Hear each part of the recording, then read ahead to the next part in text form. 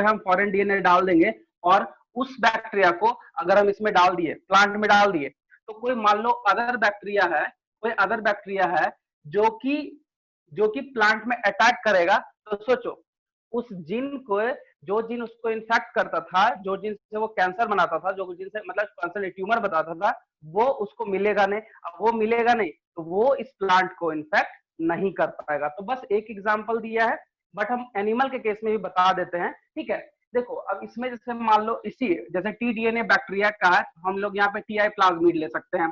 ठीक है, TI plasmid क्योंकि प्लाज्मिड में ही हम कोई फॉरेन पार्टिकल, फॉरेन डीएनए को इंट्रोड्यूस करके होस्ट सेल में डालते हैं। इस प्रोसेस में क्या हुआ, क्या बताया गया कि एक ऐसा बैक्टीरिया है जो प्लांट में जाता है, प्लांट सेल में जाता है, तो वहां का जो नॉर्मल सेल है उसको ट्यूमर में कन्वर्ट करता है, इसलिए उसका नाम टीडीएनए लिखा हुआ है। मतलब उस बैक्टीरिया में उस टाइप का डीएनए है जो कि ट्यूमर में कन्वर्ट कर सकता है, तो कर सकता है, इन्फेक्ट कर सकता है। ये दिक्कत है, प्लांट के लिए प्रॉब्लम है। ठीक है, मान लो ऐसा करेगा तो क्या किए हम लोग, टीआई प्लाज्मिड, नाम ही दे दिए टीआई प्लाज्मिड, इस पे फॉरेन डीएनए को हम डाल दिए। ठीक है, जो हमारा जीन ऑफ इंटरेस्ट था, ठीक है, उस फॉरेन डीएनए को डाल दिया, उसका उस डीएनए को डाल के हम प्लांट में डाल दिए। जैसे प्लांट में डाल दिए, ये एक तरह का बेनिफिशियल जो जीन है, क्योंकि इसमें जो हम लोग फॉरेन डीएनए यूज कर रहे हैं उसमें क्या है कि वैसा डीएनए जो ट्यूमर सेल नहीं बना पा रहा है, आई मीन वो रिमूव कर देंगे। ठीक है, अब रिमूव करके उसको फॉरेन डीएनए के साथ मिक्स करके डाल देंगे किसमें, प्लांट में। प्लांट में जब डाल देंगे तो ये ट्यूमर डीएनए के अगेंस्ट वो एक बना लेगा रेसिस्टेंट टाइप का, मतलब उसको मिलेगा ही जीन नहीं, और नहीं मिलेगा तो वो इन्फेक्ट नहीं करेगा, और इन्फेक्ट नहीं करेगा प्लांट बर्बाद नहीं होगा।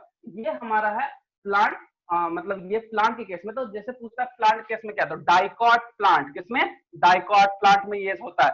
और उस बैक्टीरिया का नाम है बैक्टीरियम ट्यूमनीफेरम, इस तरह से एक का नाम लिख देते हैं। ठीक है, एनसीईआरटी में भी है, और एनसीईआरटी में जो फीचर्स ऑफ क्लोनिंग वेक्टर है उसमें ही है, देखो एक बैक्टीरिया का नाम है जिसको बोलते हैं एग्रोबैक्टीरियम। देखो एनसीईआरटी में एग्रोबैक्टीरियम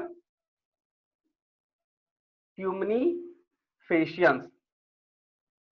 ठीक है, जो कि क्या है, ये क्या करता है, ट्यूमर करता है। ठीक है, अब वही चीज इसमें ट्यूमर जो करता है, जैसे मान लो ये बैक्टीरिया, उसमें तो कोई डीएनए होगा ना जो ये ट्यूमर करेगा, तो उस डीएनए को वहां से हटा देंगे। ठीक है, और वो हटा के फिर हम उसको प्लांट में डाल देंगे। अब जब दूसरा का बैक्टीरिया आएगा तो उसको वो जीन मिलेगा नहीं, खराब नहीं होगा। ये होता है तुम्हारा, ये तुम्हारा है क्या, टीडीएनए किसके लिए, प्लांट के लिए। मतलब ये एक ऐसा वेक्टर है जो प्लांट को में ट्यूमर, प्लांट में जो ट्यूमर होता है उसको नहीं कर पाएगा अगर हम आरटीडी करेंगे, या फिर हम लोग बोलते हैं जेनेटिक इंजीनियरिंग प्रोसेस से अगर डालते हैं तो। ठीक है, ऐसा समझे, ये चीज है। अब हम लोग आते हैं नेक्स्ट एनिमल में। तो एनिमल के लिए कोई ऐसा बैक्टीरिया का नाम दिया नहीं है, बट याद रखना रेट्रोवायरस। क्या है, रेट्रोवायरस, मतलब ये एक ऐसा वायरस है, मतलब जो एज ए वेक्टर जो काम करता है एनिमल प्लांट के लिए। प्लांट के लिए एनसीईआरटी में था, हम प्लांट को एक्सप्लेन किए। एनिमल का बस याद रखना कि एनिमल सिर्फ रेट्रोवायरस के केस में ऐसा होता है, मतलब रेट्रोवायरस एज ए वेक्टर वो यूज होता है। ठीक है, समझ में आ गया, बोलो। नहीं समझ में आया तो फिर से हम समझा सकते हैं। ये जो पोर्शन है, ये वाला पोर्शन जो बताए, ये एनसीईआरटी में है, इसलिए पूरा एक्सप्लेन किए करना कैसे करना है, क्या करना है। ठीक है, अगर नहीं समझ में आया तो फिर से बोलो, रिपीट कर सकते हैं, लेकिन इसको समझना बहुत इंपॉर्टेंट है। ये मेडिकल के लिए और तुम्हारा एकेडमिक दोनों के लिए बहुत इंपॉर्टेंट है। हाँ बोलो, फिर से एक बार समझा दीजिए। फिर से चलो, अब हम थोड़ा स्टेप में जाते हैं। ठीक है, ऐसा हचपच हो गया होगा, चलो कोई बात। ठीक है, देखो प्लांट का एक वेक्टर है जिसका नाम हम लोग बोल रहे हैं, ठीक है, जिसका नाम बोल रहे हैं एग्रो बैक्टीरियम ट्यूमीफेशियन। ये ट्यूमीफेशियन, देखो ये बैक्टीरिया जो है जब प्लांट सेल में इंटर करेगा, क्या करेगा, प्लांट सेल में जब इंटर करेगा तो वो प्लांट सेल को, क्योंकि वो नॉर्मल सेल है, क्या है, नॉर्मल सेल, उसको किस में कन्वर्ट करेगा, ट्यूमर सेल में। क्या करेगा, ट्यूमर सेल में। अब देखो ये ट्यूमर सेल में, मतलब मतलब कि ये जो बैक्टीरिया इसमें मान लो ये डीएनए है जो कॉज कर रहा है ट्यूमर डीएनए या ट्यूमर सेल, तो हम लोग इस डीएनए को ही हटा देंगे। किससे? उस बैक्टीरिया से। और उस बैक्टीरिया में हम लोग क्या डालेंगे? तो टीआई प्लाज्मिड, उसका नाम दे देगा टीआई प्लाज्मिड। वो डीएनए को इसको यहां से हटा के कोई फॉरेन डीएनए यहाँ पे हम लोग क्या करेंगे? इंट्रोड्यूस करेंगे। बैक्टीरिया में कर रहा है। अब ये जो इंट्रोड्यूस किए हैं चेंज करके, इसको जब हम प्लांट सेल में डालेंगे तो क्या ये ट्यूमर कॉज करेगा? ट्यूमर कॉज नहीं करेगा, क्योंकि इसमें जो कॉजिंग डीएनए था, जो पैथोजन है जिसके कारण ट्यूमर हो रहा है, उसी को हम हटा दिए ना जेनेटिक इंजीनियरिंग करके। हम लोग करते क्या? यही तो हटाते और डालते हैं। अब जब इसको हटा दिए हैं तो इसके सेगमेंट को कैसे हम डालेंगे? ठीक है, ठीक है। कहा तो ये चीज है। अब देखो यहाँ पे ध्यान देना कि यहाँ पे एक चीज है कि इसको हटा के कोई फॉरेन डीएनए डाल रहा है। अब फॉरेन डीएनए का जो हमको कॉम्बिनेशन मिल रहा है या सेगमेंट मिल रहा है, वो हम लोग कहाँ डाल दिए? प्लांट सेल में डाल दिए। और जैसे ही प्लांट सेल में हम डाले तो इसमें जो ट्यूमर कॉजिंग है वो नहीं होने वाला है। अब फिर से कोई बैक्टीरिया अगर उस पर डीएनए सॉरी मतलब कोई भी ट्यूमर कॉजिंग जो बैक्टीरिया, जैसा यही बैक्टीरिया अगर फिर से इसमें अगर इंट्रोड्यूस किया, प्लांट में चला गया, तो वो ट्यूमर कॉज नहीं करेगा। ये है वेक्टर। मतलब प्लांट के लिए वेक्टर कौन दिया है? इसके लिए कौन सा वेक्टर बात कर रहा है? वो टीडीएनए, मतलब ट्यूमर के लिए बात कर रहा है। समझ में आ गया? और प्लांट के लिए बस एक याद रखना, वो है रेट्रोवायरस। वो क्या है? रेट्रोवायरस। समझ में आया? Yes sir. समझ में आएगा ना? यही है, बस 2 लाइन का चीज है एनसीईआरटी में, बट अभी इसको ऐसा ही करना है हम लोग। इसको चेंज करके उसमें डाल देंगे ताकि वो ट्यूमर कॉज नहीं कर सके प्लांट को। बस यही है। अब हम लोग आते हैं कॉम्पिटेंट। क्या आते हैं? कॉम्पिटेंट। ठीक है, कॉम्पिटेंट होस्ट। देखो, हमेशा ध्यान रखना कि कॉम्पिटेंट होस्ट हम क्यों बोल रहे हैं, क्योंकि बहुत ऐसा सेल है, ठीक है, जिसमें जो प्लाज्मिड डीएनए है, मतलब प्लाज्मिड डीएनए मतलब रिकॉम्बिनेंट डीएनए रिकॉम्बिनेंट हो चुका है, अब उसको हमको इंट्रोड्यूस करना है। पिछले क्लास हम वैसे बताए थे कि कैसे जाना है शॉर्ट में, बट आज हम तुमको अभी जो है कॉम्पिटेंट होस्ट एक्चुअली में किसके बोलते हैं ये बता। मतलब सपोज दैट कि ये हमारा डीएनए है और ये एक तरह का प्लाज्मिड डीएनए। क्या है? प्लाज्मिड डीएनए है, मतलब बोल सकते हैं रिकॉम्बिनेंट डीएनए या रिकॉम्बिनेंट प्लाज्मिड डीएनए है। इसको एक नॉर्मल सेल में हमको जिस पर्पस के लिए चाहिए था वो पर्पस हो गया मेरा, रिकॉम्बिनेंट कर लिया, हमको प्रोडक्ट मिल गया। अब इसको इसमें इंट्रोड्यूस करना है। तो आखिर कैसे इंट्रोड्यूस करेंगे? क्योंकि डायरेक्टली, क्योंकि एक चीज हमेशा ध्यान है, डीएनए कौन सा चार्ज होता है? डीएनए कौन सा चार्ज है पहले बताओ तुम लोग? डीएनए कौन सा चार्ज? Sir negative charge. ठीक है, तो निगेटिव चार्ज हमेशा देखना, चार्ज मॉलिक्यूल कोई भी हो, जैसे मिनरल्स वगैरह भी होता है, तो उसके लिए भी कुछ ना कुछ जरूरत पड़ जाता है, फैसिलेशन का बोल सकते हो या फिर एनर्जी वगैरह का जरूरत पड़ता है। बट यहाँ तो डीएनए है, इसमें भी चार्ज है, तो ये इजी वे में कभी भी सेल के अंदर में जा नहीं सकता है। तो सेल को एक तरह का उस तरह से बनाना पड़ेगा ताकि डीएनए जो है वो इंटर कर पाए। कौन डीएनए? Plasmid DNA. ठीक है, तो ध्यान रखना पहला बात क्या होता है कि कोई भी charge molecule directly cell membrane के अंदर ऐसा ही नहीं चला जाएगा, उसको भेजना पड़ेगा। तो उसको भेजने के लिए सेल को वैसा बना देना होगा, आई मीन सेल को वैसा कंडीशन दे देना होगा ताकि वो खुद ब खुद डीएनए को इंटेक कर ले। इसी प्रोसेस को बोलते हैं कॉम्पिटेंट होस्ट। मतलब कॉम्पिटेंट हम लोग को बनाना पड़ेगा क्योंकि DNA is a negative charge. चलो एक चीज और बताओ, डीएनए का जो नेगेटिव चार्ज होता है, डीएनए का जो नेगेटिव चार्ज होता है वो किस चीज पे डिपेंड करता है? हम लोग नॉर्मली तुमको एक हिंट देते हैं, तुम्हारे सामने डीएनए जो 3 मॉलिक्यूल से बना है, एक होता है नाइट्रोजन बेस और एक होता है तुम्हारा शुगर, पेंटोज शुगर, ठीक है, और एक क्या होता है? फास्फोरस। तो बताओ ये तीनों में कौन ऐसा मॉलिक्यूल है जो इसको चार्ज प्रोवाइड करता है? ये रिस्पॉन्सिबल है। अगर कोई पूछ दे डीएनए जो होता है फास्फोरस सर। वो, हाँ बोलो। फास्फोरस। फास्फोरस, ऐसा क्यों बताओ? बोलो क्यों? सर एसिडिक रहता है मीडियम में। हाँ, PO4 एंड PO3 माइनस वहां चार्ज के फॉर्म में ही जाता है, वही उसको निगेटिव में बनाता है। नाइट्रोजन बेस में कुछ है नहीं, शुगर में कुछ वैसा चार्ज वगैरह का कोई कहानी है नहीं। ये सिंपल तुम लोग जानते हो। तो सही आंसर है, इसको ध्यान रखना क्योंकि डीएनए का काम होता है, डीएनए का काम है जेनेटिक मटेरियल, आई मीन एक तरह का मतलब जिनको सॉरी कैरेक्टर को एक्सप्रेस करता है, रेगुलेट करता है या ट्रांसफर करता है। बट ये सवाल पूछता है कभी कभी कि आखिर डीएनए का जो निगेटिव चार्ज होने का रीजन है वो कौन रिस्पॉन्सिबल है, कौन सा मॉलिक्यूल इसके लिए रिस्पॉन्सिबल है, फास्फोरस। ठीक है, चलो ये तो जानते हो, बहुत अच्छा बात है। तो डीएनए हमारा निगेटिव है, हम क्या बताएं, हमको उसको एक सेल में डालना है, तो सेल उसको डायरेक्टली लेगा नहीं, तो हम उस सेल को वैसा बना देंगे तो ताकि उसको खुद वो क्या कर सकता है, उसको इनटेक कर सकता है। तो वैसा ही प्रॉपर्टी को हम लोग बोल सकते हैं कॉम्पिटेंट होस्ट, मतलब कॉम्पिटेंट हमको बनाना पड़ेगा सेल को, तभी वो डीएनए को इनटेक कर सकता है। तो दो चीज का ध्यान रखना पड़ेगा, दो मैकेनिज्म, दो प्रोसेस करना पड़ेगा ताकि ये काम हो पाए। ठीक है, आई मीन ऐसा हो पाए। तो सबसे पहला जो है, एक है बाइवेलेंट, एक होता है बाइवेलेंट कर देते हैं और एक होता है हीट शॉक कर देते हैं। हीट शॉक, दो मैकेनिज्म है, ध्यान से सुनना, बहुत इंपॉर्टेंट है। ठीक है ना, अब देखो चलो थोड़ा सीधा लिखा जाए, बाइवेलेंट एंड हीट शॉक, ये दो मैकेनिज्म हम लोग करते हैं। होता क्या है, सबसे पहले देखो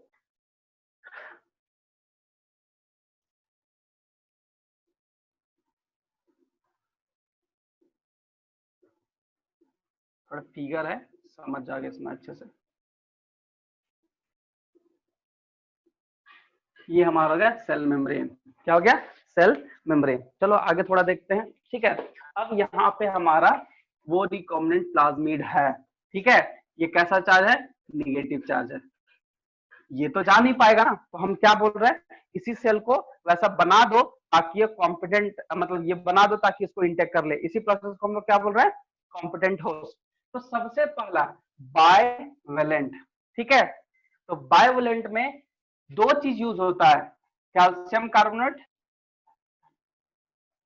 ठीक है, और होता है सीजियम क्लोराइड, एक होता है सीजियम क्लोराइड। तो हम लोग ये जो प्लाज्मिड है, ये जो प्लाज्मिड है, इसको हम CaCO3 I mean calcium carbonate से, कैल्शियम कार्बोनेट से हम इसको इसमें इंट्रोड्यूस कर देंगे। जैसे वो इंट्रोड्यूस करेंगे, ये प्लाज्मिड के चारों बगल आ जाएगा और ये सेल मेम्ब्रेन से क्या होगा, चिपक जाएगा। पहला प्रोसेस चिपक गया। ठीक है, देखो एक्चुअली Ca2+ का हमेशा ध्यान रखना, यहाँ बहुत सारे बुक में सिर्फ कैल्शियम ही दिया हुआ है, बट कैल्शियम कैसे प्रोवाइड करेंगे, तो कैल्शियम कार्बोनेट देना पड़ेगा, तो कैल्शियम प्रोवाइड होगा। मतलब एक्चुअली कैल्शियम ही मेन होता है जो यहाँ पे वर्क करता है, यहाँ पे प्लाज्मिड पे, इसको दे देंगे तो क्या करेगा, एक लेयर बनाएगा और वो चिपक जाएगा, चिपक गया। अब दूसरा चीज, हीट शॉक करना है। हीट शॉक करने का मतलब होता है कि पहले जो ये मेम्ब्रेन है, ये सेल है, ठीक है, सबसे पहले इसको 0 डिग्री सेंटीग्रेड पे रखेंगे, फिर इसको हम एक्सीड करके 42 डिग्री सेंटीग्रेड पे करेंगे। और ऐसे भी हम लोग जानते हैं कि नॉर्मल लेवल किसी भी टेम्परेचर को घटाएंगे बढ़ाएंगे तो कहीं ना कहीं कोई भी मॉलिक्यूल है, कोई भी मैटर है, कहीं ना कहीं एक्सपेंड और रिलैक्स करता ही जाएगा। ठीक है, गर्मी के दिन में लोहा बढ़ता है ना जी, ठीक है, हम लोग बोलते हैं गर्मी के दिन में लोहा बढ़ जाएगा और ठंडी के दिन में सिकुड़ जाएगा, तो वही मैकेनिज्म यहाँ पे काम करता है। तो एक 0 डिग्री पे इसको मान लो रखे और अचानक से 42 डिग्री इसको प्रोवाइड कर स्टेज होगा, ये सेल मेम्ब्रेन लिपिड वाला लेयर है, ये भी क्या करेगा, स्ट्रेस्ड होगा और यहाँ पोर बनाएगा और सीधे ये मूव कर जाएगा। अब जैसे मूव करेगा, इसको 42 से फिर हम इसको कहाँ रख देंगे, 0 डिग्री सी, मतलब उसको ठंडा कर देंगे। ये ठंडा गरम जैसे करेंगे ना, तो डीएनए वहां पे प्लाज्मिड है वो सटा हुआ चिपक जाएगा, उसको मतलब वो एक्सपेंड करेगा, क्योंकि ठंडा गरम करने से यही होगा, ठंडा फिर गरम, गरम करेंगे एक्सपेंड करेगा, फिर वो नीचे आएगा, फिर ठंडा हुआ वो मेम्ब्रेन क्या हो गया, बंद हो गया। इसी प्रोसेस को बोलते हैं कॉम्पिटेंट होस्ट। समझ में आया या नहीं समझ में आया, बताओ। क्लियर बोल सकते हो आप लोग, समझ में आ गया ना। देखो दो ही चीज इसमें करना होता है, एक सबसे पहला क्या है कि कैल्शियम इसको चाहिए, ठीक है, जिसके कारण एक तरह का कैटायन है, बाइवेलेंट कैटायन, इसलिए बाइवेलेंट हम यहाँ पे लिखे हैं, हम लोग ऊपर में लिख देते हैं बाइवेलेंट कैटायन। तो बाइवेलेंट कैटायन में याद रखना क्या, ये क्वेश्चन पूछता है कि कॉम्पिटेंट होस्ट के अगर बाइवेलेंट की बात करेंगे तो कौन सा मॉलिक्यूल रिस्पॉन्सिबल है, तो कैल्शियम 2+, डायरेक्टली ऑप्शन रहेगा कैल्शियम। बट यहाँ पे इसलिए बता रहे कि कैल्शियम जो होता है, कैल्शियम जो है वो क्या है, वो उसको कैसे प्रोवाइड करेंगे, तो कोई ना कोई कंपाउंड देना पड़ेगा, तो हम लोग यहाँ पे क्या दिए, कैल्शियम कार्बोनेट। सीजियम क्लोराइड से भी कर सकते हैं, ऐसा नहीं कि नहीं कर सकते, बट कैल्शियम ज्यादा यूज होता है। और हीट शॉक में ध्यान रखना कि तुमको टेम्परेचर पूछेगा, टेम्परेचर कितना एक्सीड कर सकते हैं, तो ये 42 डिग्री से ज्यादा नहीं बढ़ा सकते हैं, उससे ज्यादा बढ़ाएंगे तो दिक्कत है। ठीक है, तो 42 डिग्री पहले हम बायोवेलेंट यूज किए, वो चिपक गया इसमें, उसके बाद हम लोग क्या कर दिए, हीट दे दिए, जिसके कारण वो एक्सपेंड और रिलैक्स होने का मैकेनिज्म करेगा। जैसे एक्सपेंड होगा वो अंदर आएगा, फिर उसको ठंडा करेंगे, वो क्या होगा, चिपक जाएगा, मीन रिलैक्स कर जाएगा। ये हो गया कॉम्पिटेंट होस्ट। ठीक है, चलो हम कल एक बताए थे माइक्रो इंजेक्शन और एक बताए थे बायोलिस्टिक गन। ठीक है, ये भी एक मेथड है जिससे हम लोग डीएनए को, रिकॉम्बिनेंट डीएनए को क्या करते हैं, अंदर डालते हैं। रिकॉम्बिनेंट नहीं, फॉरेन डीएनए की बात करें तो फॉरेन डीएनए को हम लोग अंदर डाल देते हैं। कैसे करते हैं समझो, इसको ले लो, इसको स्क्रीनशॉट ले लो, यानी तो इसको लिख सकते हो तो लिख लो, ऐसा इसका नोट्स हम बना रहे हैं, तुम लोग को मिल जाएगा। ठीक है, 2-3 दिन में सारा 2-3 मैकेनिज्म जो भी पढ़ाएंगे वो सारा मिल जाएगा। इसको नोट ये कर लो, स्क्रीनशॉट ले लो या फिर इसको लिख लो। ठीक है, हो गया, स्क्रीनशॉट ले लिए, इसको पढ़ना, ये बहुत इंपॉर्टेंट है और उसमें दिया नहीं है उतना अच्छे से। ठीक है, तो बिठाएं इसको। Yes sir. हाँ सर। हाँ, अब हम लोग का नेक्स्ट जो है वो है दो चीज, एक है माइक्रो इंजेक्शन और एक होता है बायोलिस्टिक गन, या इसको बोलते हैं जिन गन। तो माइक्रो इंजेक्शन की बात कर रहे हैं। माइक्रो इंजेक्शन क्योंकि फॉरेन डीएनए को हम लोग को इंट्रोड्यूस करना है सेल में। ठीक है, तो माइक्रो इंजेक्शन के केस में क्या होता है, ध्यान रखना कि माइक्रो इंजेक्शन के केस में हम लोग क्या किस चीज पे करेंगे, तो वो करते हैं हम लोग किस पे बताओ, माइक्रो इंजेक्शन प्लांट पे करेंगे या फिर एनिमल में करेंगे बताओ। सर प्लांट में। प्लांट में, ठीक है, इसको ध्यान रखना है तुमको। माइक्रो इंजेक्शन में क्या करेंगे, जैसे मान लो ये हमारा सेल है, इसका न्यूक्लियस है। ठीक है, हम लोग जीन को इंजेक्शन, आई मीन इंजेक्ट के फॉर्म, जैसे इंजेक्शन हम खींचते हैं, वहां पे डीएनए है और डायरेक्टली जो है सेल के जैसे मान लो ये निडल है, सपोज दैट हम इसी चीज को बनाते हैं, यही बना देते हैं, निडल है। ठीक है, ये क्या हो गया, ये इंजेक्शन, सपोज ये इंजेक्शन है। तो प्लांट सेल में अगर डीएनए को डायरेक्टली इंट्रोड्यूस करना है तो माइक्रो इंजेक्शन हम लोग उसकी डायरेक्टली न्यूक्लियस पे डाल देंगे और अपना काम खत्म, अपना काम वो आगे करते रहेगा। ये हो गया। लेकिन माइक्रो इंजेक्शन के अलावा जो दूसरा है जीन गन, क्या है, जीन गन, या फिर हम लोग बोलते हैं बायोलिस्टिक गन। क्या बोलते हैं, बायोलिस्टिक गन। इसमें हम क्या बताए थे कि एक फ्रीक्वेंसी के साथ हम डीएनए को क्या करते हैं, सेल पे बॉम्बार्ड करा देते हैं। ठीक है, मतलब एक तरह का वहां पे हम लोग जोर से पटक देते हैं, इस तरह से हम लोग ले सकते हैं। तो इसके लिए जो गन है, अब उसमें तो गोली रहेगा नहीं ना, उसमें क्या रहेगा, डीएनए रहेगा। तो हमेशा ध्यान रखना कि जब हम उसको उस गन से डीएनए को कॉर्पोरेट कराएंगे या फिर इंट्रोड्यूस कराएंगे होस्ट सेल में, तो ध्यान रखना कि डीएनए है स्प्रेड मैनर में रहता है, स्प्रेड मतलब बोल सकते हो कि वो फैला हुआ रहता है। ठीक है, तो अगर मान लो डीएनए को हम जीन गन के थ्रू भेजे तो वो जो फैला हुआ मैनर है जिसके कारण वो अंदर जाके वो काम नहीं कर पाएगा। तो सबसे पहले ध्यान रखना है कि जो स्प्रेड होगा ड्यूरिंग दिस प्रोसेस, जब स्प्रेड होगा तो उस टाइम पे उसको स्प्रेड से भी बचाना है। तो हम लोग क्या करेंगे, जो डीएनए मॉलिक्यूल है उसको हम लोग गोल्ड से कवर कर देंगे या टंगस्टन से कवर कर देंगे। किससे, मान लो ये डीएनए है, ठीक है, इसमें या तो गोल्ड का लेयर से कवर कर दो या तो टंगस्टन का लेयर से कवर करके फिर हम लोग उसको फ्रीक्वेंसी के साथ, एक हाई फ्रीक्वेंसी के साथ बॉम्बार्ड कराएंगे, जिस कारण वो डायरेक्टली क्या होगा, वो डीएनए अंदर चला जाएगा। अगर तुमसे पूछता है कि आखिर गोल्ड या टंगस्टन, क्योंकि एनसीईआरटी में आई थिंक टंगस्टन लिखा हुआ है, देख लेना कि वो आखिर टंगस्टन का यूज क्या होता है, तो ध्यान रखना कि जब हम बॉम्बार्डिंग कराएंगे, जब हम उससे इंट्रोड्यूस कराएंगे फ्रीक्वेंसी के साथ, तो उस टाइम पे डीएनए जो है वो फैल जाएगा और वहां जा नहीं पाएगा, या हो सकता है गया भी तो अपना काम नहीं कर पाएगा। तो वो डिस्क्रीट मैनर में रहे, कहने का मतलब वो एक बंधा हुआ रहे, तो उसके लिए बांधने के लिए कौन सा लेयर चढ़ाते हैं, गोल्ड या टंगस्टन। अब वो टंगस्टन का लेयर में चला गया, फिर उसको हम क्या करेंगे, डायरेक्टली बॉम्बार्ड कराएंगे फ्रीक्वेंसी के साथ, स्पीड के साथ, वो इंटर करा गया, इंटर कर गया। ये मेनली जो बायोलिस्टिक गन है वो किस में यूज होता है, एनिमल में। प्लांट के लिए माइक्रो इंजेक्शन और इसके लिए बायोलिस्टिक गन। ठीक है, यही है इसका कॉन्सेप्ट। तुम्हारा जो कॉम्पिटेंट जीन और होस्ट है डीएनए तो बहुत छोटा रहता है, तो उसका गन कितना बड़ा होगा?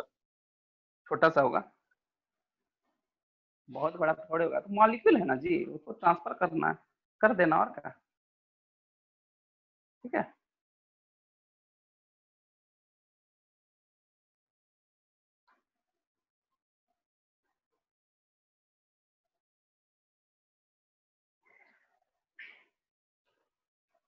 बताओ। अच्छा एक बात बताओ, ये दोनों प्रोसेस क्यों करते हैं? आंसर करो, ये भी एक क्वेश्चन बनता है, बोलो। आखिर में हम लोग माइक्रो इंजेक्शन क्यों कर रहे हैं? हॉस्टल में क्यों डालेंगे फॉरेन डीएनए को? बायोलिस्टिक क्यों करेंगे? हॉस्टल में क्यों डालेंगे? जबकि हम तो वहां पे वेक्टर वगैरह यूज कर ही रहे हैं, कर रहे हैं ना। तो आखिर इस प्रोसेस को क्यों डेवलप कराएगा? आखिर क्या रीजन? कुछ तो रीजन होगा, क्या रीजन है बताओ।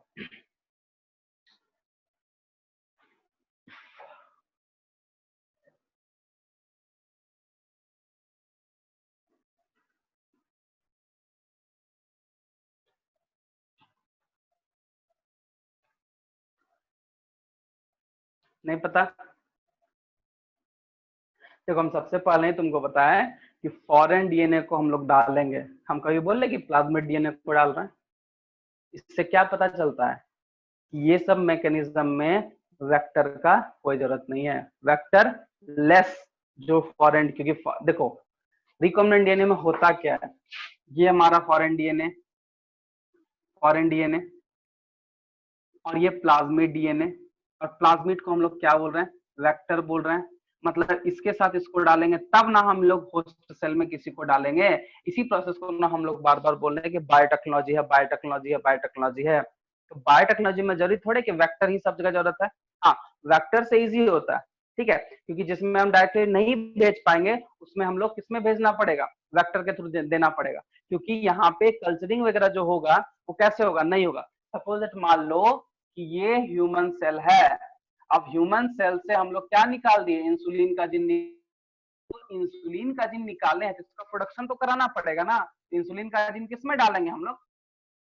वेक्टर में डालेंगे। किसमें डालेंगे? वेक्टर, या फिर हम लोग बोल सकते हैं वेक्टर सॉरी वेक्टर डीएनए। तो जी हमारा एग्जांपल क्या हो जाएगा? प्लाज्मिड। हम लोग बार बार पढ़े प्लाज्मिड प्लाज्मिड प्लाज्मिड, तो प्लाज्मिड हो गया। अब यहाँ पे ये क्या करेगा? अब इसको हम लोग होस्ट सेल में डाल देंगे।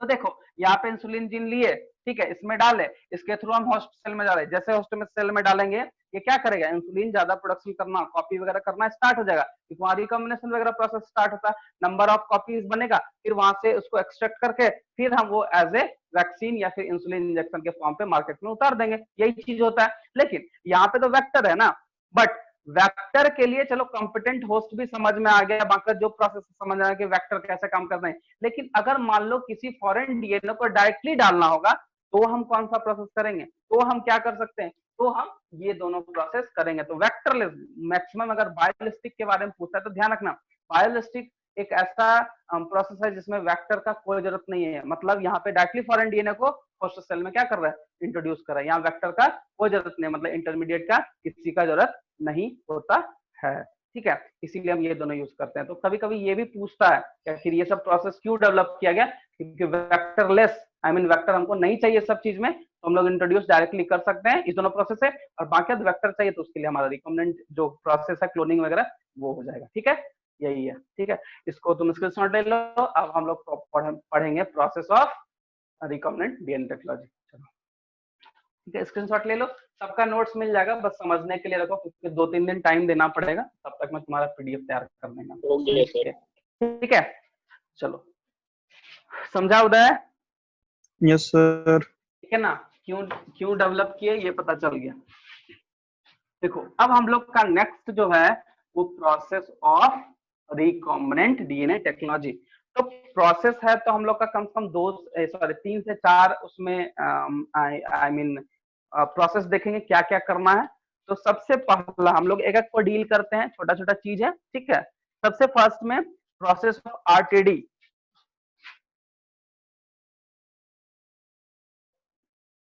प्रोसेस ऑफ आरटीडी लिखना भूल गया जी, एक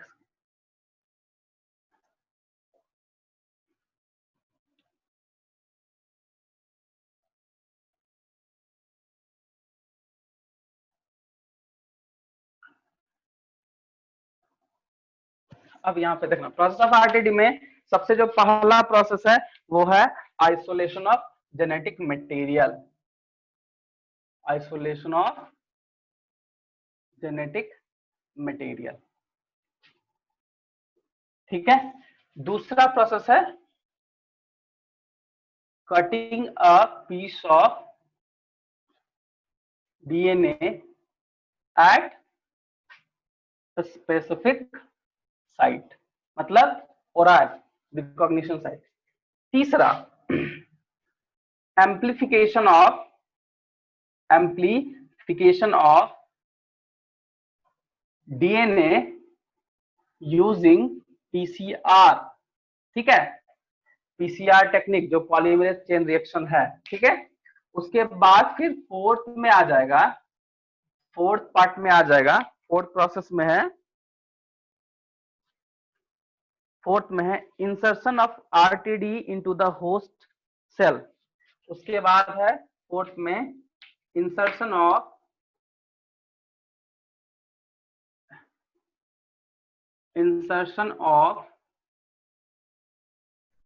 RD recombinant DNA into host cell.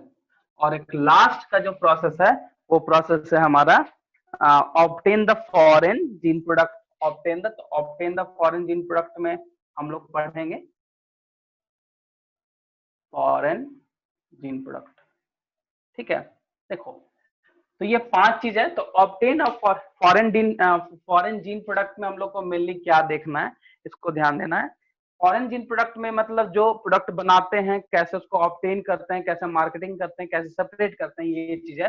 But mainly अगर देखा जाए तो ये 4 है जो कि प्रोसेस ऑफ आरटीडी मतलब डीएनए रिकॉम्बिनेंट डीएनए टेक्नोलॉजी में हम लोग देखेंगे।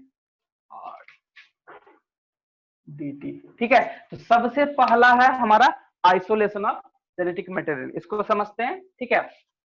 सबसे फर्स्ट में हम लोग अगर बात करते हैं आइसोलेशन ऑफ जेनेटिक मटेरियल का, तो हम लोग को क्या चाहिए, डीएनए चाहिए। क्या चाहिए, डीएनए चाहिए। तो अगर हम लोग बात करें प्लांट सेल का, एनिमल सेल का और फंगल सेल का, सबका आउटर कवरिंग क्या होता है। देखो एक डीएनए को निकालने के लिए हम लोग को पहले सेल को ब्रेक करना पड़ेगा, क्योंकि सेल ब्रेक करेंगे तो डीएनए है, आरएनए है, प्रोटीन है, ठीक है, उसका न्यूक्लियोटाइड, न्यूक्लिक एसिड, न्यूक्लियोटाइड्स वगैरह जो प्रेजेंट होता है, ये सबको रिमूव करेंगे साथ में, तब अल्टीमेटली हम लोग को डीएनए मिलेगा। लेकिन उसके पहले एक सेल है, पहले इसको हम लोग ब्रेक करेंगे तब ना। अगर हम ये सेल वॉल ले लेते हैं, क्योंकि इस तीनों केस में, एनिमल में नहीं, सॉरी बैक्टीरिया में, ठीक है, तुम लोग पढ़े होंगे कि एनिमल सेल हो, फंगल सेल हो, बैक्टीरियल सेल हो, ये तीनों में क्या प्रेजेंट है, सेल वॉल। तो अगर किसी वॉल को हम लोग को तोड़ना है, डाइजेस्ट करना है, तो वहां पे क्या यूज हो जाएगा, एंजाइम। क्या होगा, एंजाइम, ठीक है। तो प्लांट सेल का जो सेल वॉल होता है वो, क्योंकि आउटर कवरिंग वही है, प्लांट सेल का क्या है, आउटर कवरिंग हमारा सेल वॉल है। इसको तोड़ने के लिए तो प्लांट सेल किससे बना है, सेल वॉल किससे, सेलुलोजिक सेल वॉल होता है, तो इसको हम लोग सेलुलेज एंजाइम से सेल वॉल को ब्रेक कर देंगे। मतलब अगर ये प्लांट सेल है तो उसमें कौन सा डाल देंगे, सेलुलेज, वो प्लांट सेल पहले सेल वॉल टूट गया। दूसरा बैक्टीरियल जो है उसमें क्या, फंगल, तो फंगी का जो सेल वॉल होता है वो काइटिन का बना होता है, जिसको हम लोग बोलते हैं काइटिनेज। तो ये एक एंजाइम हुआ जो कि इसको डाइजेस्ट किया और ये ब्रेक हो गया, ठीक है। अब है तुम्हारा बैक्टीरियल, तो बैक्टीरियल के लिए क्या होता है, लाइसोजाइम होता है ना, एंजाइम लाइसोजाइम, जो कि इसके सेल वॉल को ब्रेक करेगा अगर ये बैक्टीरियल सेल होगा तो सबसे पहला हम लोग बैक्टीरियल सेल हो गया। अब अगर एनिमल सेल की बात करें तो एनिमल सेल में कोई भी इस तरह का एंजाइम नहीं यूज होने वाला है, क्योंकि सेल वॉल को ब्रेक नहीं करना है, क्योंकि एनिमल सेल में सेल वॉल एब्सेंट होता है। सेकेंड है, हम लोग डीएनए सॉरी उसको सेल वॉल को तोड़ लिए, अब हमको अंदर मिलेगा आरएनए, ठीक है। तो इसको तोड़ने के लिए राइबोलेज एंजाइम, एंजाइम थोड़ा देखना होगा,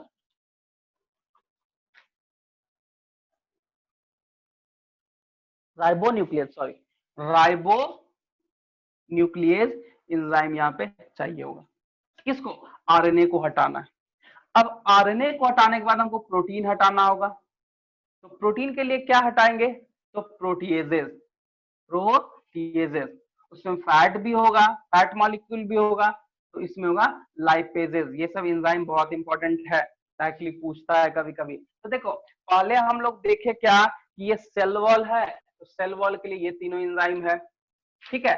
अब सेल वॉल टूट गया तो सेल मेम्ब्रेन को तोड़ना बहुत बड़ा बात नहीं है, उसमें टूट जाएगा। उसके बाद अब इसके अंदर में आरएनए मिला तो इस एंजाइम से तोड़ दिए, प्रोटीन प्रेजेंट होगा तो इस एंजाइम तोड़िए, और फैट होगा तो लाइपेज एंजाइम से हम इसको तोड़ दिए। मतलब देखो ये सारा एंजाइम करके इसको तोड़ के उसको हम लोग निकालिए। लेकिन क्या प्योर डीएनए उस टाइम पे भी मिलेगा? नहीं। जो हमको मिला, जो हमको सेगमेंट या जो भी पार्ट हमको मिला उसको हम पूरा पूरी उठाएंगे। उठाने के बाद एक हम मीडियम लेंगे, एक कंटेनर लेंगे, उसमें चिल्ड इथेनॉल डालेंगे। चिल्ड इथेनॉल, चिल्ड इथेनॉल, इसको ध्यान रखना, चिल्ड इथेनॉल इसमें इसमें डाल के, और जो भी सेगमेंट हमको बचा है वो डीएनए का जो भी साथ में बचा है उसको डाल देंगे। उसके बाद हम लोग कौन सा प्रोसेस करेंगे? स्पॉइलिंग। क्या करेंगे? स्पॉइलिंग। देखो स्पॉइलिंग से क्या होगा, जैसे हम चिल्ड इथेनॉल डालेंगे, जो भी इसमें प्रोटीन तोड़ा या जो भी मिला सब नीचे बैठ जाएगा, ऊपर में आ जाएगा कौन? डीएनए का, डीएनए का एक तरह का लेयर। अब उसको स्पॉइलिंग करेंगे, मतलब वहां पे चम्मच वगैरह हटा के उसको निकालिए, या कोई इंस्ट्रूमेंट अगर है, या फिर मतलब सिंपल अगर हम लोग कोई अगर वायर से भी बात करें तो वायर को घुमा घुमा के, जो घुमाएंगे ना, घुमा के उसको एक्सट्रैक्ट करेंगे, उसी प्रोसेस को बोलते हैं स्पॉइलिंग। चम्मच से भी निकाल सकते हैं क्योंकि ऊपर में ही वो रहेगा। तो देखो इस प्रोसेस में क्या हो रहा है, सबसे पहले सेल वॉल के लिए एंजाइम स्पेसिफिक है, plant cell and bacterial cell, sorry cell, fungal cell. उसके बाद फिर उसमें जो सेल वॉल को जब तोड़ेंगे तो आरएनए है, आरएनए को हटा देंगे, राइबो न्यूक्लियस, ठीक है। उसके बाद फिर प्रोटीन के लिए प्रोटीएज, लाइपेज, ये सब एंजाइम से हम लोग को अल्टीमेटली न्यूक्लियस मिलेगा, बट सॉरी डीएनए मिलेगा, बट डीएनए एग्जैक्टली नहीं मिलेगा। अब डीएनए को भी उससे निकालना है, तो जो भी हमको मिला है उसको हम लोग एक मीडियम में, आई मीन एक कंटेनर में चिल्ड इथेनॉल में डाल देंगे। जैसे ही चिल्ड इथेनॉल में डालेंगे ऊपर लेयर में क्या होगा, ऊपर लेयर में वो न्यूक्लियस होगा, उसको स्पॉइलिंग से चम्मच से निकाल सकते हैं, या फिर वायर वगैरह से घुमा के, उसका इंस्ट्रूमेंट भी आता है, उसको घुमा के हम लोग उसको खींच सकते हैं, वो एक्सट्रैक्ट हो गया। मतलब यहाँ पे ध्यान रखना कि अगर तुमसे पूछ दे कि कौन सा केमिकल या कौन सा मॉलिक्यूल या कौन सा मतलब लिक्विड जो है वो हम लोग यूज कर रहे हैं फॉर डीएनए सेपरेशन के लिए, तो चिल्ड इथेनॉल। सेपरेशन के लिए कौन सा प्रोसेस है? तो स्पॉइलिंग प्रोसेस है। और फर्दर एंजाइम, इसको ध्यान रखना, एंजाइम बहुत इंपॉर्टेंट है, ये चीजें होता है, ठीक है। चलो इसको, इसमें कुछ समझना है तो अगर कुछ पूछना है तो पूछ सकते हो, ठीक है।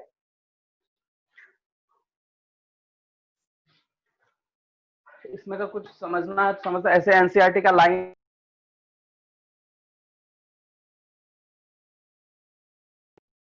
सर आपका ऑडियो ऑफ हो गया सर। स्पॉइलिंग, ठीक है, हो गया। ये चीज है, जो स्पॉइलिंग होता है, वो जो डीएनए है वो थ्रेड लाइक स्ट्रक्चर वहां पे प्रेजेंट होगा, तो उसको हम लोग घुमा के या फिर स्पून से भी निकाल सकते हैं, वही होता है स्पॉइलिंग। तो इसको स्पॉइलिंग, चिल्ड इथेनॉल, ये एंजाइम बहुत इंपॉर्टेंट है, सब जगह पूछा जाता है, ठीक है। चलो स्क्रीनशॉट ले लो इसको। ले लिए स्क्रीनशॉट? हाँ सर। Yes sir. कुछ पूछना है इसमें? नहीं ना? No sir. नहीं सर। ठीक। अब हम लोग का जो नेक्स्ट है स्टेप वो क्या है? Cut eight specific site. चलो इसमें भी cut eight specific site cut करके फिर आइसोलेट करना होगा, ठीक है। अब इसमें हमको जो थ्रेड मिला है वो भी प्योर नहीं है, क्योंकि हम लोग को एक सेगमेंट्स का जरूरत पड़ेगा, आई मीन क्योंकि कटिंग एट स्पेसिफिक साइट। तो सबसे पहले बताओ कि डीएनए को कट करना है तो हम लोग को कौन सा एंजाइम का जरूरत पड़ेगा, बताओ। कट एट स्पेसिफिक साइट, बताओ कौन सा एंजाइम? Sir restriction enzyme. हाँ, यहाँ पे यूज करेंगे रेस्ट्रिक्शन एंडोन्यूक्लिएज, या फिर हम लोग लिख सकते हैं रेस्ट्रिक्शन एंजाइम। हम लोग रेस्ट्रिक्शन एंजाइम से डीएनए को कट कर लिए, ठीक है। अब कट करने के बाद फिर उसको सेपरेट करना है, तो isolation and separation of DNA का मेथड पढ़े थे, कौन सा मेथड फिर यूज करना पड़ेगा बताओ, कौन सा मेथड फिर यूज करना पड़ेगा, वो यूज करना पड़ेगा कौन सा, जेल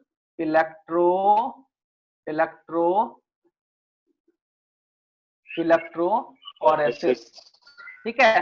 तो जेल इलेक्ट्रोफोरेसिस जो है ये किस बेसिस पे काम करता है, तो डीएनए के साइज पे काम करता है। डीएनए का जितना छोटा साइज होगा वो उतना वो दिखेगा। इसको बताना है हाँ या ना बताओ, क्योंकि ये पहले बता चुके हैं, अगर अभी यहाँ पे भी समझोगे तो हम समझा देंगे। नहीं सर। ठीक है ना। कौन सा जेल हम लोग लेते हैं बताओ, कौन सा जेल हम लोग लेते हैं, एगारोज जेल। एगारोज जेल, इसको ध्यान रखना है, ये बहुत इंपॉर्टेंट है, ठीक है ना। और अगर तुमसे पूछ दे कि डीएनए का सेपरेशन किस बेसिस पे होता है, तो डायरेक्टली डिपेंड करता है साइज पे और चार्ज पे भी होता है, ऐसा नहीं कि चार्ज पे नहीं होता, बट जो साइज जिसका कम होगा वो जल्दी एक्सट्रैक्ट करके वो बाहर निकलेगा, ठीक है। चलो बताओ, बाहर निकलने के बाद उसको हम कैसे पहचानेंगे कि हाँ इस जेल में ये सब सेगमेंट है। पहचानने के लिए क्या किए थे हम लोग बताओ, पहचानने के लिए, सेगमेंट को पहचानने के लिए हम लोग क्या किए थे, क्या किए थे, स्टेन किए थे। स्टेन किससे किए थे बताओ, स्टेन किससे किए थे, एक केमिकल था ना इथिडियम ब्रोमाइड, क्या किए थे, हाँ सर। इथिडियम ब्रोमाइड को डाले थे। उसके बाद फिर क्या किए थे, यूवी का, उसमें यूवी लाइट का एक्सपोजर डाले थे या यूवी लैंप डाल दिए थे, जिसके कारण वो कैसा कलर में आ गया था, ऑरेंज कलर में। और जो भी वो बैंड्स में कन्वर्ट हुआ, तो छोटे छोटे टुकड़ा में ही कन्वर्ट होगा, बैंड्स में दिखेगा, वो बैंड्स को हम जेल के साथ हम लोग उसको क्या करेंगे, वहां से हटा लेंगे, फिर अपना स्टार्ट करेंगे, ठीक है। तो ये चीज होता है। तो डीएनए साइज पे डिपेंड करके चलेगा, मतलब देखो कटिंग में दो ही चीजें है, एक एंजाइम यूज हो रहा है, और इस प्रोसेस से हम लोग प्योरली क्या हम लोग को मिल जाएगा, प्योरली क्या मिलेगा, डीएनए सेगमेंट। क्या मिलेगा, डीएनए सेगमेंट, ये चीज मिलता है, समझ में आया, यही है। अब कटिंग के बाद फिर जो नेक्स्ट प्रोसेस है उसको हम लोग बोलेंगे एम्प्लीफिकेशन। चलो इसको नोट कर लो, मतलब स्क्रीनशॉट ले लो, इसको लिख सकते हो, फॉर आइसोलेशन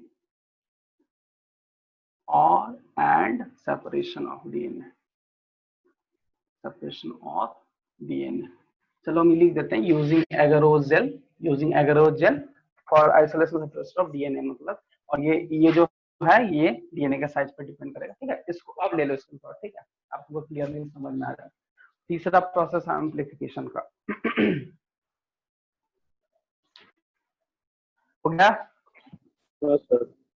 चलो अब हम लोग का जो नेक्स्ट है वो है एम्प्लीफिकेशन। एम्प्लीफिकेशन का मतलब होता है नंबर ऑफ कॉपीज को बढ़ाना। क्या कहते हैं, नंबर ऑफ कॉपीज को बढ़ाना, ठीक है। तो अब एम्प्लीफिकेशन का मतलब है नंबर ऑफ कॉपी,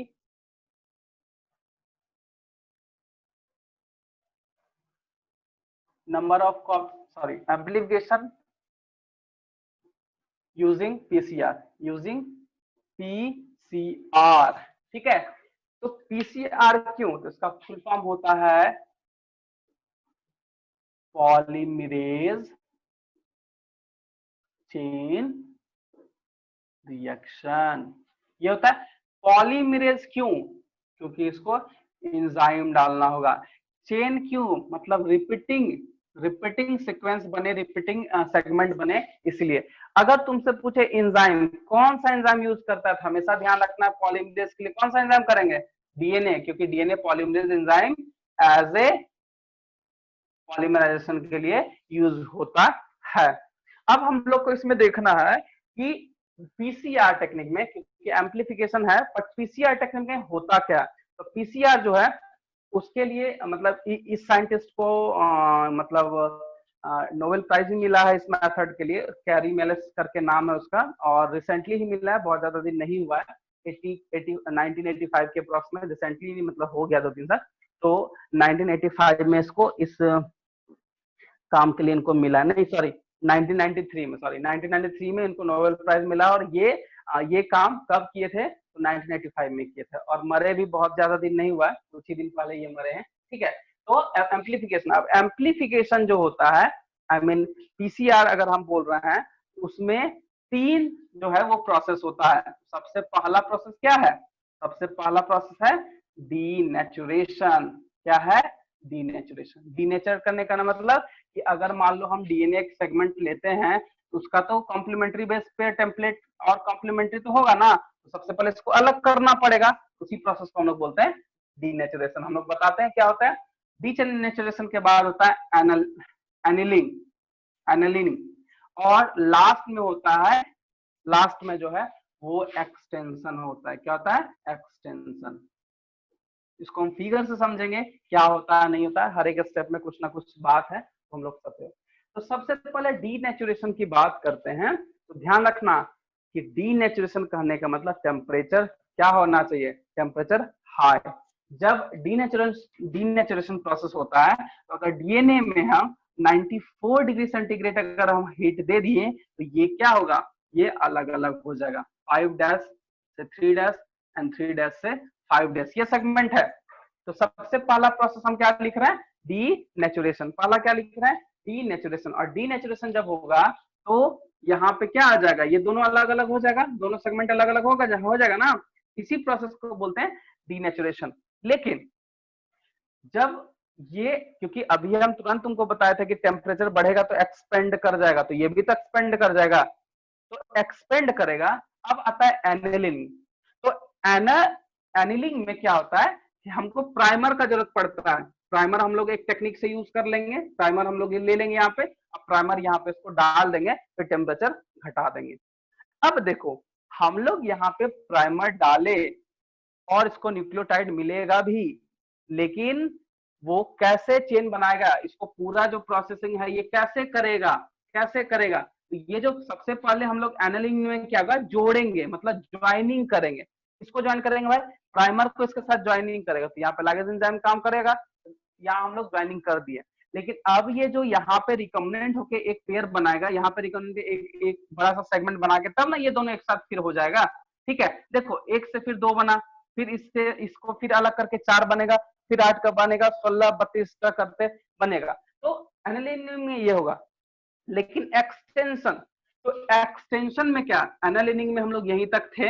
एक्सटेंशन में क्या होगा? कंप्लीट जो है ये सिंगल जो है प्राइमर के साथ अटैच होके, ये सिंगल जो है ये डबल इस तरह का स्ट्रक्चर बना लेगा। लेकिन हम तुमको क्या बताए कि जब हम एनालिनिंग करेंगे तो प्राइमर है मेरे पास, प्राइमर हम लोग अदर टेक्निक से बना सकते हैं, कोई दिक्कत नहीं है, उसको प्राइमर को हम लोग वहां पे ऐड कर देंगे, ये एनालिनिंग हो गया।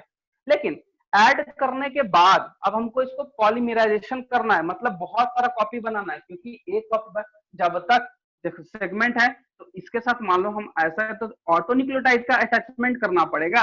अब ये अटैचमेंट करेगा कैसे? यहाँ पे तो अटैचमेंट कैसे होगा? जो कि हमारा ये फाइनल, ये हमारा प्राइमर वाला फिगर है और ये फाइनल फिगर है, तो ये जो यहाँ से कन्वर्ट हो रहा है ये कैसे होगा? तो यहाँ पे चाहिए हमको एक एंजाइम जो कि टैग पॉलीमरेज एंजाइम है। टैग पॉलीमरेज एंजाइम चाहिए। कितना?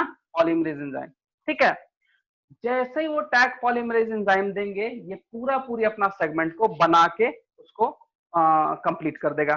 ठीक है, ये तो 1 साइकिल में 4 बन रहा है, सॉरी 1 साइकिल में एक था, एक साइकिल में 2 बना, इस तरह 2 साइकिल में, 4 साइकिल में, इस तरह करते करते 30 साइकिल में कितना बन जाएगा?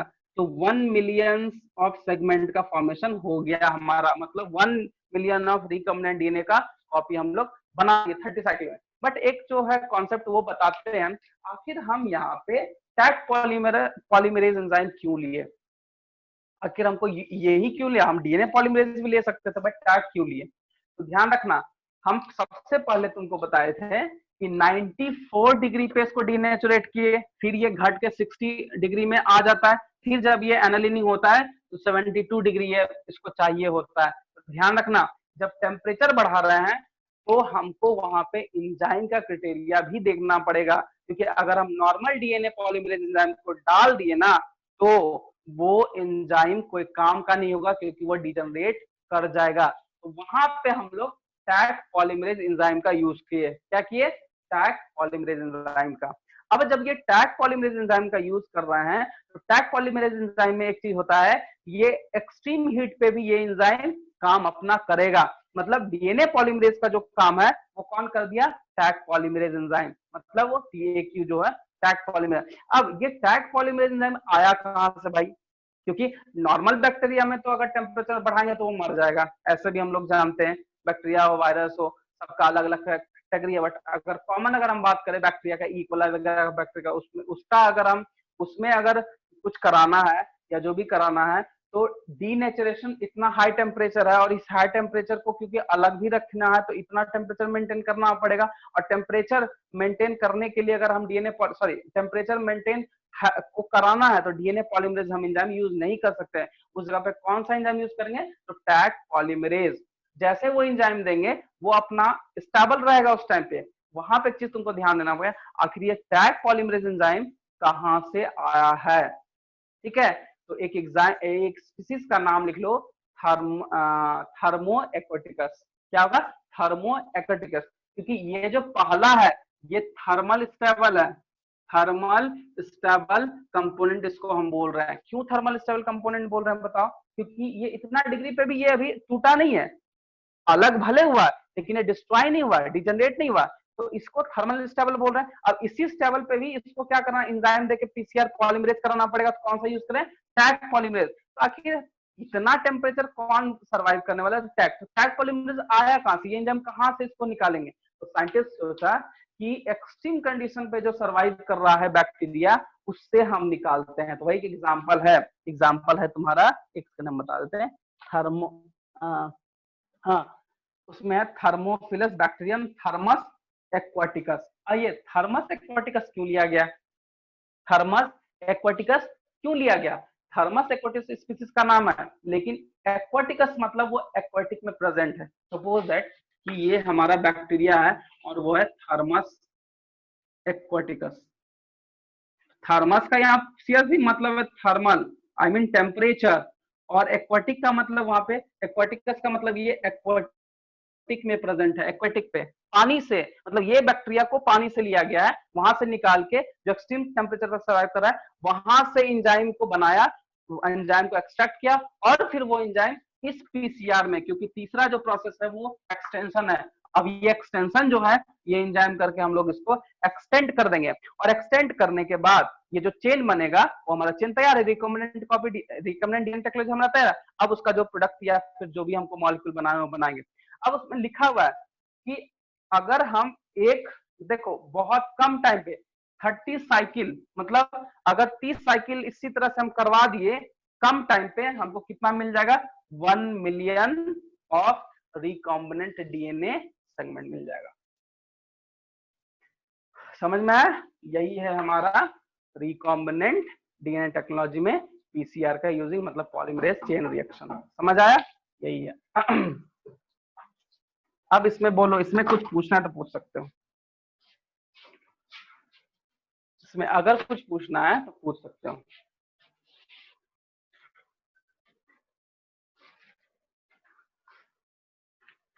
नहीं सर, समझ में आ गया ना। देखो टैग पॉलीमरेज, देखो एनसीईआरटी में है उसको लेबल का, टैग पॉलीमरेज को वहां पे लिख रहा है डीएनए पॉलीमरेज, ठीक है, ये चीज लिख रहा है, समझ में।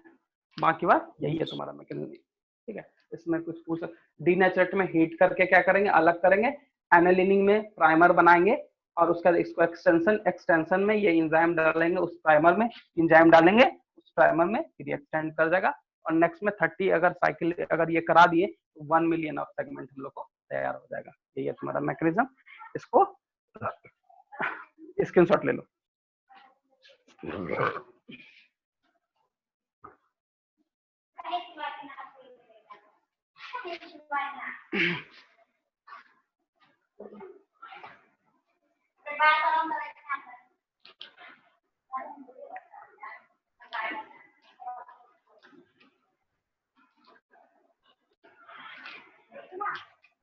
कर लिए,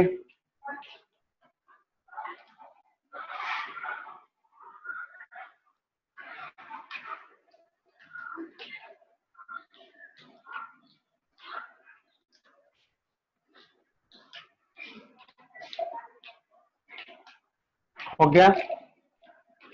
और सर हाँ चलो, अब हम हमारा एक लास्ट है इंट्रोडक्शन, हमको कैसे करना है, ठीक है, सॉरी इंट्रोड्यूस कैसे करना है, ये हम पढ़ते हैं, फिर टॉपिक ऑलमोस्ट खत्म हो जाएगा। फिर फॉरेन देखो, सबसे पहले जब हम किसी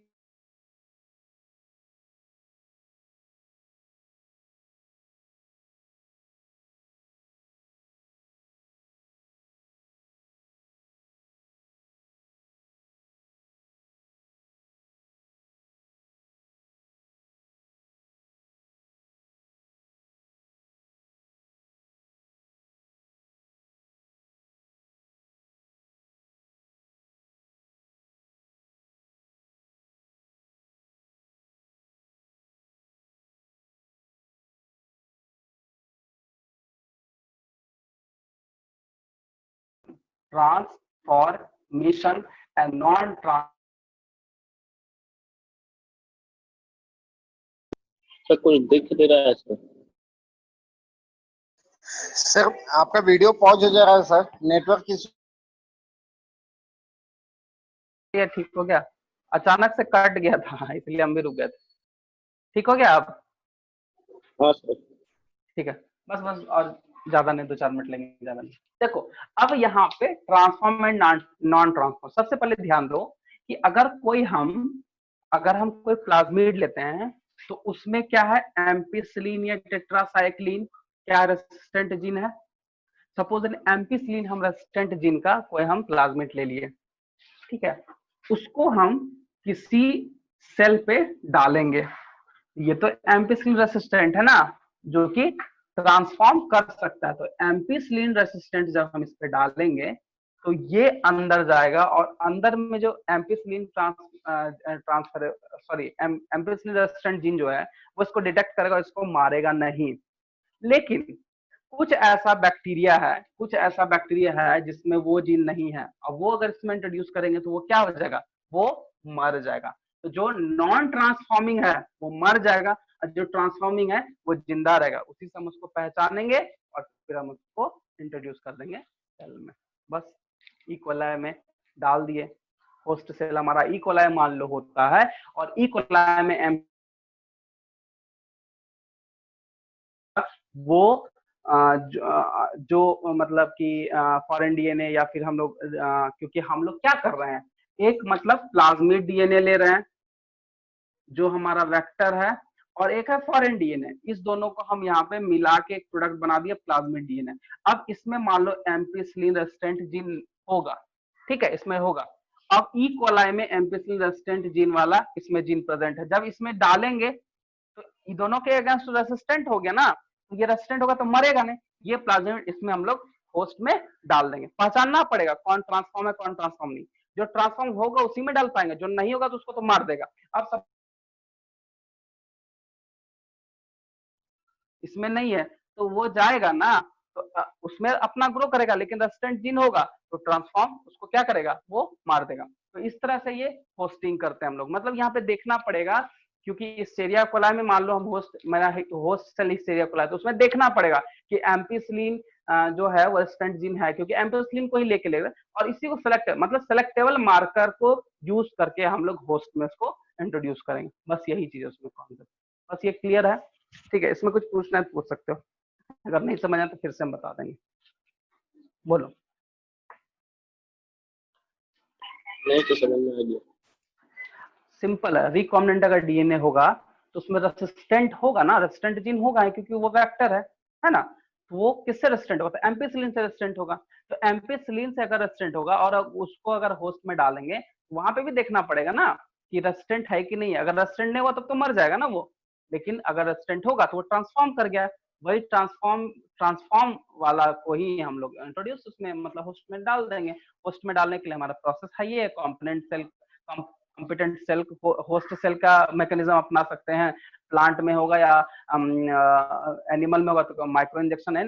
बट यहाँ पे ई कोलाई को लेके समझाएगा कि ई कोलाई में अगर हम लोग डालते हैं तो क्या होगा। तो बस यही होगा, ट्रांसफॉर्म और नॉन ट्रांसफॉर्म का मैकेनिज्म फॉलो करेंगे, बस यही चीज है। ठीक है, ये है तुम्हारा mechanism of recombinant DNA technology. अब देखो, अब हम लोग का एक है फॉरेन मतलब फॉरेन प्रोडक्ट, ठीक है। तो इसमें भाई कल्चर करते हैं, बायोरिएक्टर डेवलप करते हैं जो कि बहुत सारा मतलब बहुत सारा नंबर ऑफ कॉपी को बनाता है, ठीक है। वही इसमें स्टाइल टैंक रिएक्टर होता है, ठीक है, जो इसका एग्जाम्पल वगैरह है जिसमें ऑक्सीजन वगैरह का जरूरत पड़ता है। और एक तुम्हारा है स्टाइल टैंक बायोरिएक्टर ही दिया हुआ, एक स्टाइगर टैंक, स्टाइगर टैंक है, जो कि दोनों में हम लोग का वही है कि एक प्रोवाइड ऑक्सीजन प्रोवाइड की जरूरत से ये बहुत ज्यादा प्रोड्यूस करेगा और एक कम करेगा, ठीक है। दूसरा चीज नेक्स्ट जो है वो डाउन सिंड्रोम है। डाउन सिंड्रोम का कहने का मतलब प्रोडक्ट हो गया, फॉर्म प्रोडक्ट हो गया, अब उसको आइसोलेट करो, उसको मार्केट में भेज दो, बस यही चीज है। इसको अगर पढ़ के देखना, अगर तुमको कुछ दिक्कत होगा तो हमसे पूछ सकते हो। बस इसमें बायोरिएक्टर, स्टाइर्ड और स्टैगर्ड, ये दो टैंक है। इसमें किसी में ऑक्सीजन, जो स्टैगर्ड है उसमें ऑक्सीजन का जरूरत पड़ जाता है और एक में नहीं पड़ता है, बस यही चीज है इसमें। ये चैप्टर खत्म हो गया, ठीक है। इसको एक बार पढ़ लेना, मतलब अगर उसमें तुमको थोड़ा सा भी दिक्कत होगा तो वो हम बता देंगे, ठीक है। उसमें बस वही चीज है कि मतलब उसमें जो है जो भी मतलब रिएक्टर वगैरह जो है वो बस उसका स्ट्रक्चर के बारे में बताया और उसमें कुछ है नहीं, काम दोनों का सेम होता है। बस वही है कि कौन स्मॉल वॉल्यूम में ज्यादा प्रोडक्शन करता है और कौन कौन कम करता है, इस तरह का कौन किस का क्या रिक्वायरमेंट। तो बोला ऑक्सीजन वगैरह का रिक्वायरमेंट होता है क्योंकि माइक्रोब्स को ग्रो कराना है, इसीलिए, ठीक है। ये चीज है, ये प्रोसेस। और डाउन सिंड्रोम प्रोसेस में बस प्रोडक्ट बना, उसको मतलब आइसोलेट किया, पैक किया और कमर्शियल पर्पज से मार्केट में उतार दिया, यही डाउन डाउन सिंड्रोम हो गया, ठीक है। तो ये हमारा हो गया चैप्टर, आज खत्म हो गया। तुम लोग एक बार रिवाइज वगैरह करना, अगर फिर कुछ जरूरत होगा तो नेक्स्ट क्लास हम लोग इसको डिस्कस कर लेंगे और कोशिश करते हैं तुमको नेक्स्ट क्लास तक इसका नोट्स मिल जाएगा।